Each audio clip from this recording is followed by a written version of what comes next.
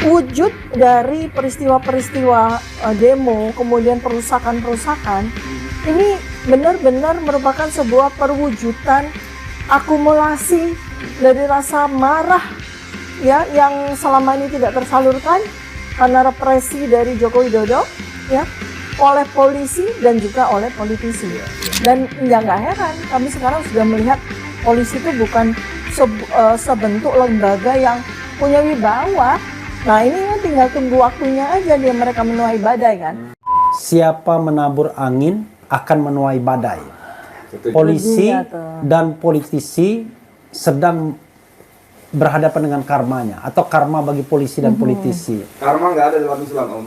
Oh, tapi ini bahasa umum. Sudah menuai buahnya. Oh, oke. Menuai badainya. Menuai badainya. Oke, jadi hari ini kita masih menyaksikan hal-hal yang ya sebenarnya bukan sesuatu yang legal gitu ya, tetapi ini adalah kemarahan rakyat yang kita juga harus pahami secara psikologis, sosiologis, secara neuroscience, jangan-jangan nanti Dr. Tifa akan bilang begitu kan? Dan konstitusional juga. Dan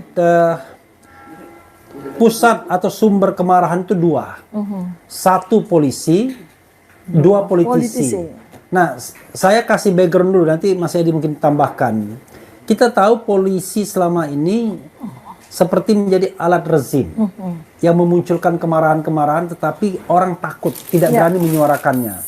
Mas Edi sudah merasakan itu ya dengan kasus Jin buang anak, kemudian Syahganda Nenggolan, Anton Permana, Habib Rizik dan lain sebagainya.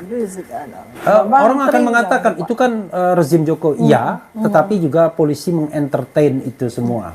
Dan yang kedua, para politisi yang memamerkan kemewahan, yang tidak berempati kepada nasib sebagian besar rakyat, which is negara kita masih negara yang miskin. Kita negaranya kaya, sumber daya alam, tapi penduduknya masih miskin. Nah, maka kemudian relevan sekali, siapa menabur angin dia akan menuai badai, karma atau tadi badai bagi polisi dan politisi. Silakan Mas Edi kalau mau menambahkan. Ya, memang saya boleh jujur ya, kebencian rakyat kepada polisi dan politisi itu sudah mencapai ubun-ubun. Ya, saya sering menonton bersama-sama netizen atau warga yang lainnya, bahkan video-video polisi yang babak belur di ACC kemarin. Dan tahu nggak Dok, apa yang diucapkan spontan oleh para penonton video itu? Syukurin dong, syukurin. Macam itulah ya. Jadi betapa memuncak salah itu menjadi tersalurkan. Nah, sekarang saya ingin banyak pengantar, gimana nih sebagai orang yang mudah-mudahan tidak, tapi sedang menjalani apa yang kita sebut dengan kriminalisasi oleh polisi. Oke, silakan Dok, dieksplor lebar-lebarnya. Pertama-tama ini dalam suasana kita masih sangat berduka cita dengan syuhada Afif Kurniawan ya, yang terpaksa harus kehilangan masa depannya, kehidupannya karena represi, kebiadaban ya, dan rasa yang jauh dari kemanusiaan yang dilakukan dengan terang benderang oleh polisi. Dan karena itulah maka kita bisa katakan bahwa pada hari-hari ini ketika rakyat melawan dengan pembakaran-pembakaran kantor-kantor polisi, itu adalah wujud dari bagaimana rakyat itu selama at least ya kurang lebih 10 tahun ini memendam bara amarah, memendam bara kebencian kepada polisi. Untuk diketahui bahwa polisi itu sebetulnya adalah warga sipil ya. Selama ini rakyat tidak begitu paham bahwa polisi sudah tidak lagi menjadi bagian dari TNI. Sudah tidak lagi menjadi bagian dari tentara, tetapi polisi itu adalah warga sipil. Nah, sebagian rakyat yang tahu dan paham pasti lebih merasakan rasa yang marah ya, rasa yang benci kepada polisi yang sesungguhnya sesama warga negara non tentara ya.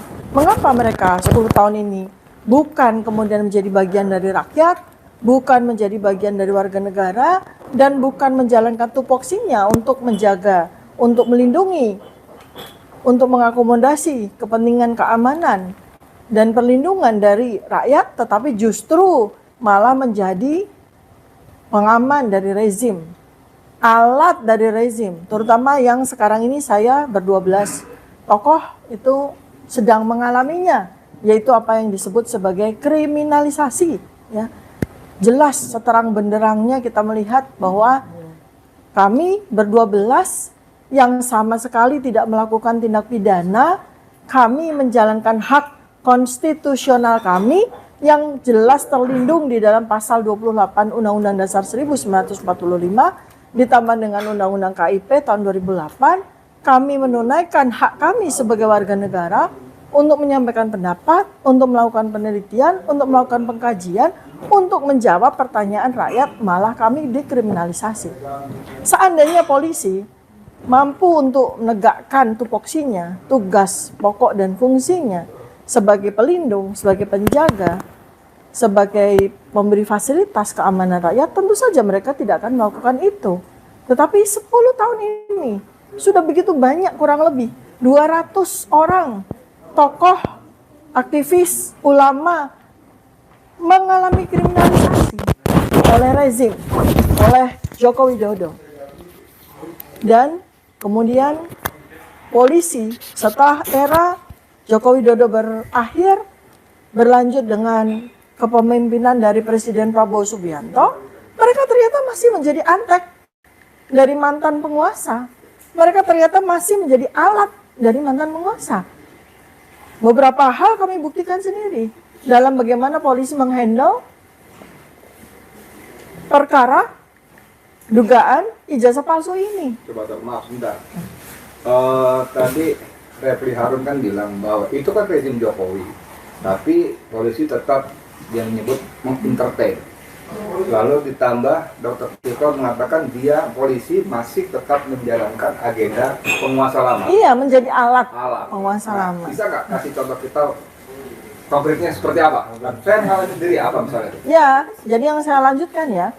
Jadi dalam masa 4 bulan pasca termul itu menyampaikan membuat laporan polisi kepada kami, dulunya tuh kami berenam dengan inisial ya. Kemudian dilanjutkan dengan laporan polisi yang dilakukan oleh Joko Widodo 30 April 2025 ya. Itu kan beberapa hal sudah jelas ya, bahwa pertama dari pasal-pasal yang dikenakan kepada kami, kami dituduh melakukan tindak pidana. Jelas itu pasal-pasal karet yang digunakan tidak pada tempatnya. Ya, pasal-pasal Undang-Undang ITE yang digunakan secara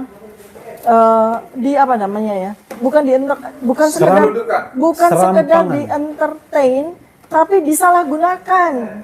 Pasal-pasal yang seharusnya tidak digunakan kepada kami, tetapi digunakan, ya.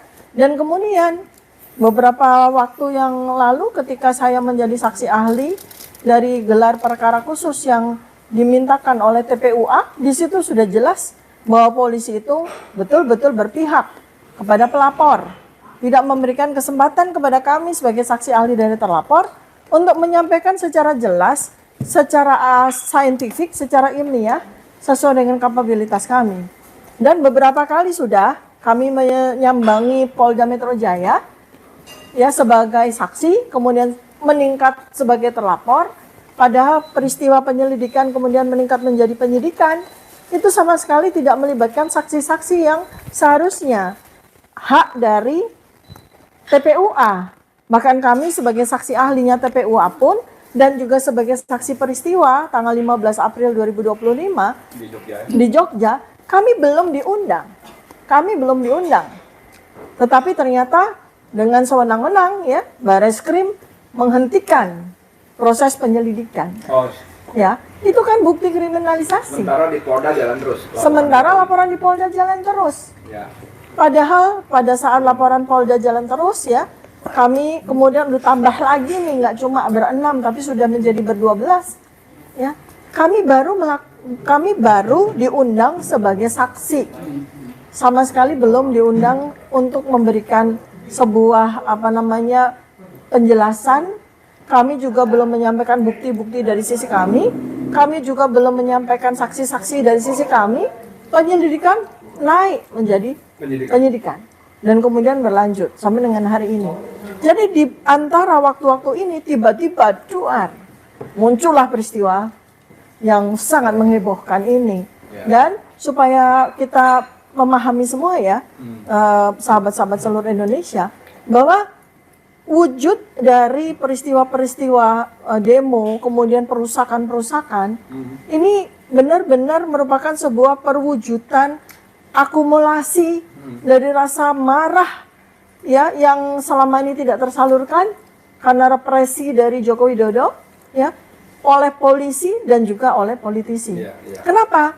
Pada beberapa hari terakhir seorang ketua Komisi 3 DPR, Habibur Rahman, ya, itu menyatakan sebuah pernyataan tentang isu ijazah palsu ini yang dari sisi Bareskrim sendiri, dari sisi kepolisian sendiri menyatakan bahwa ini adalah isu nasional.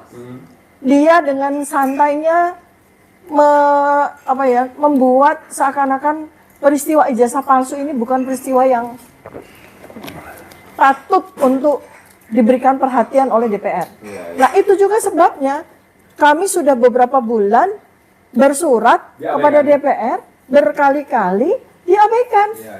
Padahal kami hanya menuntut adanya waktu untuk rapat dengar pendapat dan itu adalah hak kami.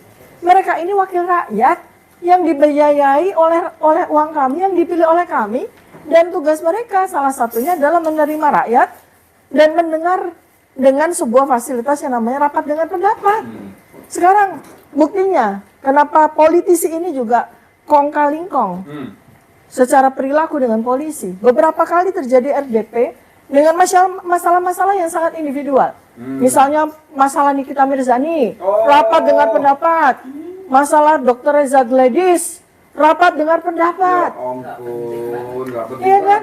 Tapi ketika kami ini yang merupakan isu nasional, yang merupakan sebuah peristiwa yang menjadi titik tolak dari sejarah Indonesia, di mana kami ingin membasmi, ya, agar tidak terjadi lagi presiden berikutnya tentang pemalsuan ijazah, pemalsuan dokumen untuk meraih jabatan, malah kami direndahkan oleh Ketua Komisi 3 DPR. Oke, Dok. Ya.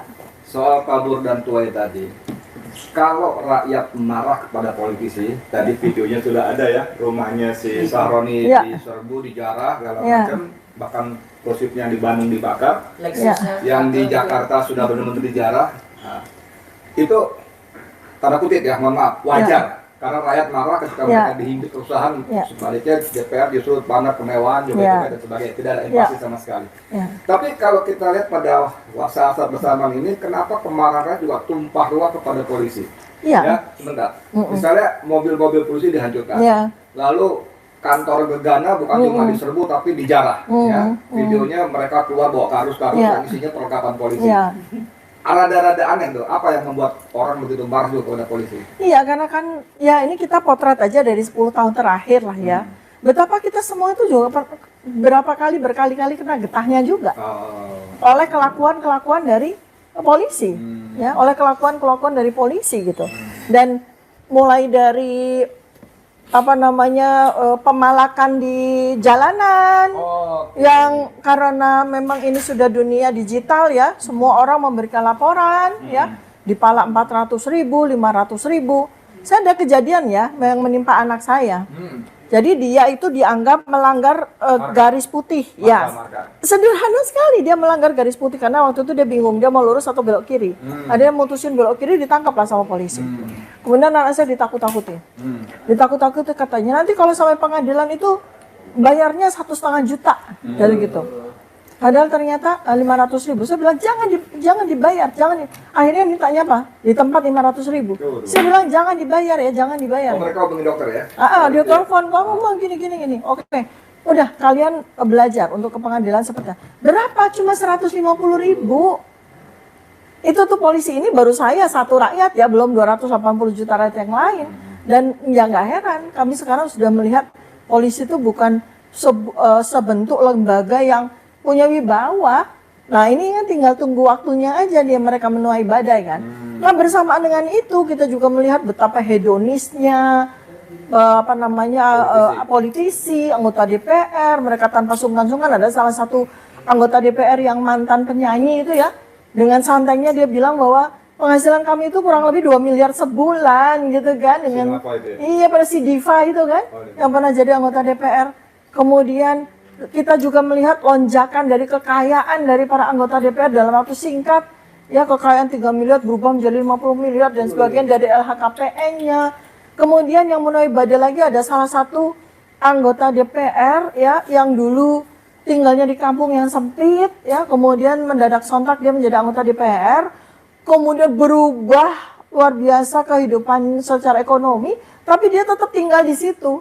Jadi kita bisa bayangkan betapa dendamnya itu tetangga-tetangganya, betapa dendamnya itu teman-teman bekas-bekas orang-orang yang tinggal bersama dia. Dia mempertontonkan kemewahannya semenjak dia menjadi anggota DPR. Makanya nih hati-hati nih kepada para politisi ya. Ketika rakyat sudah bergerak, tidak ada satupun, siapapun juga, kekuatan apapun juga yang akan menghentikan mereka. Maka rakyat udah bikin target ya, netizen udah bikin target ya.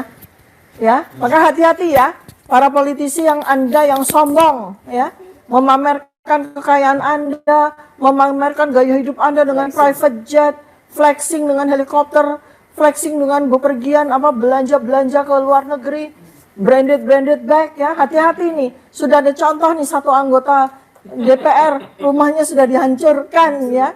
Hati-hati Sylvester Matutina nih. Kan orang anggota dewan. Alah, politisi yang penting kan. Hati-hati Anda sudah ditarget oleh netizen ya. Sudah ada nama-namanya tuh artis-artis yang jadi anggota DPR yang flexing. Yang kemarin joget-joget ketika ada berita bahwa mereka akan digaji tambahan gaji 3 juta per hari, bayangkan. Jadi ini kan sudah merupakan sebuah akumulasi. Tapi supaya rakyat tahu ya bahwa sesungguhnya kemarahan ini bukan terjadi 11 bulan ini. Tapi iya, ini kemarahan 10 tahun. Sudah ditabung lama. Iya, kemarahan 10 kalau kepada tahun. politisi, sorry kalau saya keliru pada pengamatan nanti dikoreksi. Itu kemarahan lebih pada personalnya yang bersangkutan. Iya. Kepada lembaganya iya memang, Iya. tapi wujudnya kepada personal. Sementara kepolisian itu bukan cuma yang kita sebut oknum, tapi sudah lembaga. Sampai tuntutan bukan cuma sekedar copot, sigit, Iya. dan sebagainya, tapi kantor-kantor polisi pun seperti itu. Ini Iya. gimana dokter tim lembaganya? Ya, jadi rakyat ini kan sebentuk energi yang besar sekali. Dan selama ini orang-orang yang memiliki jabatan, kekuasaan, dan kekayaan itu mereka tidak berpikir bahwa energi yang terbesar itu ada pada hati rakyat yang terluka. Ya, mereka tidak pernah terpikir. Padahal sejarah sudah membuktikan, sejarah sudah menuliskan. Jangan sampai membuat rakyat itu terluka hatinya.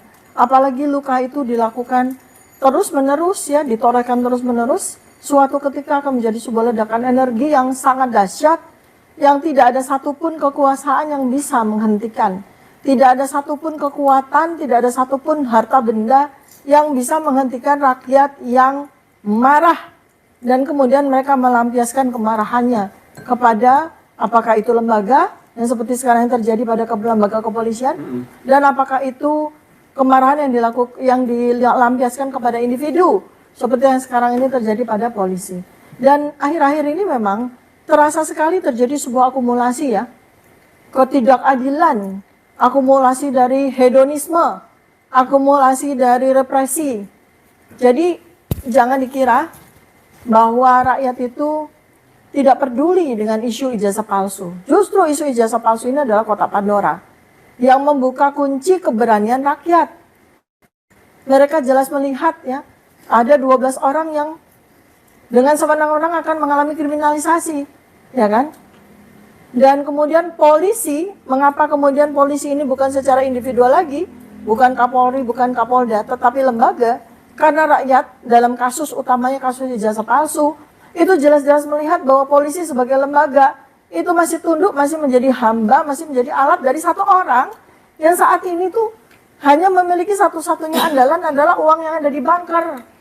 Kekuasaan sudah tidak punya, ya kan? Kekuatan secara politik juga sudah tidak punya karena sudah dipecat dari partainya, partai yang dulu membuatnya menjadi wali kota, menjadi gubernur, menjadi presiden. Dan sekarang itu dia hanya dilindungi oleh partai Gurem, partai Gazah, gak ada ijazah, ya kan? Maka apa yang sebetulnya kekuatan masih dia miliki? Uang. Jadi polisi ini lembaga kepolisian ini menghamba kepada uang. Menghamba kepada uang, dan kemungkinan juga banyak kasus-kasus yang melibatkan petinggi-petinggi kepolisian, ya, itu yang buktinya itu ada pada orang yang sekarang ini masih mereka lindungi, masih menjadi tuannya mereka, ya. Nah, itulah yang terjadi pada saat sekarang ini. Dok, ya terlepas dari masalah yang dokter hadapi ya, sebagai seorang neuroscientist gitu ya, seorang dokter, seorang pengamat gitu yang yang sedang getol-getolnya melakukan riset dan lain sebagainya. Fenomena yang dokter amati di dua kelompok ini, politisi dan polisi ini, sesungguhnya apa ya? Jadi kita sudah paham memang kebencian, kemarahan masyarakat itu seperti api dalam sekam terhadap polisi.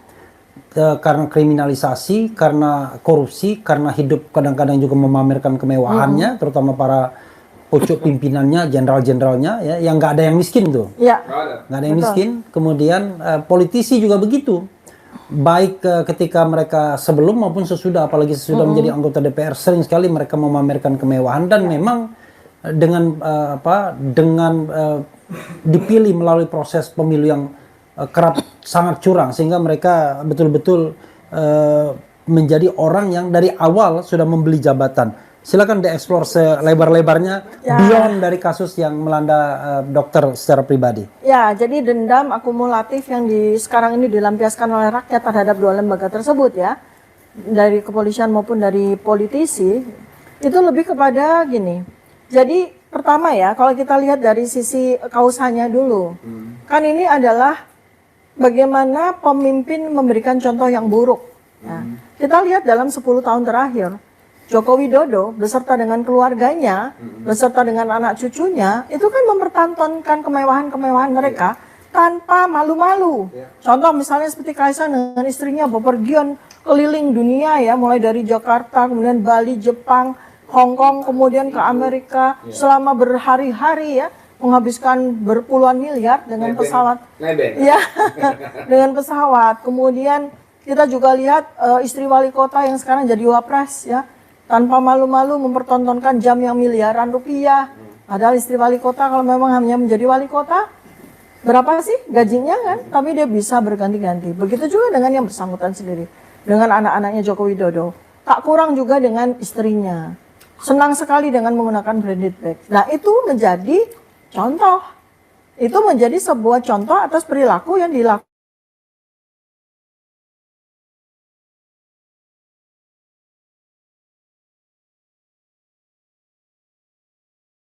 di dalam ilmu epidemiologi perilaku, ya, itu kan bagaimana sebuah penyakit itu menular, ya, sehingga hedonisme, flexing itu adalah sebuah perilaku kejiwaan yang menular juga seperti virus, ya.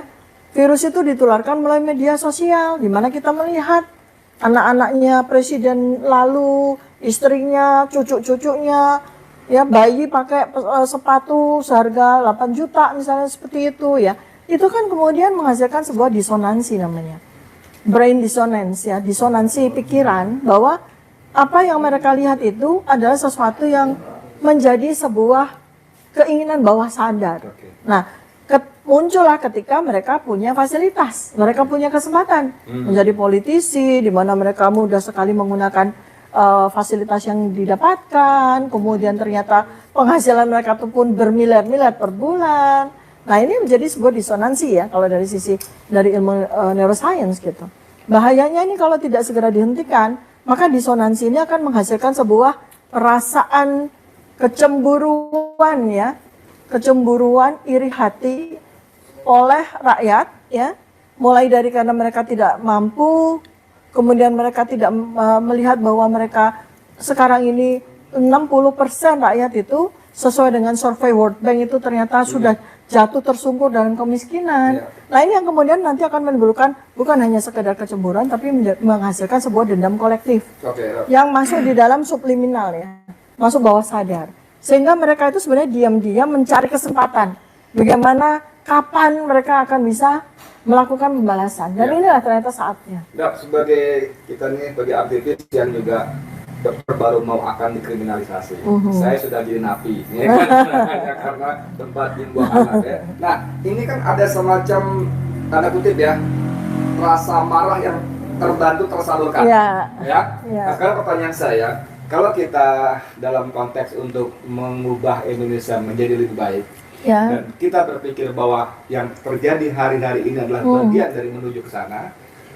Pertanyaannya sebagai seorang dokter, aktivis, pemikir segala macam, apa sebaiknya para aktivis lakukan? Apakah suasana seperti ini kita pelihara untuk menuju kepada perubahan yang baik, atau enggak? Ini anarkis, enggak boleh berubah, enggak boleh dengan cara begini. Gimana maksudnya? Ya, kita kalau seperti itu, cara kita itu melihat secara empirical, ya, cara saintis membaca, cara ilmu membaca itu kita lihat secara empirical base namanya. Bagaimana sejarah masa lalu? Ketika terjadi sebuah peristiwa, bagaimana rakyat itu direpresi sedemikian rupa, dari mulai ekonominya, kemiskinannya, kemudian mereka dipaksa untuk melihat pada kehidupan mereka yang miskin, mereka dipaksa untuk melihat hedonisme. Kemudian dalam kehidupan mereka yang sama sekali tidak terakomodir dari sisi keamanan, dari sisi perlindungan, mereka dipaksa untuk melihat represi, untuk melihat ancaman-ancaman yang terjadi pada rakyat yang lain, ya. Jadi itu yang kemudian menghasilkan kebutuhan akan kanal-kanal.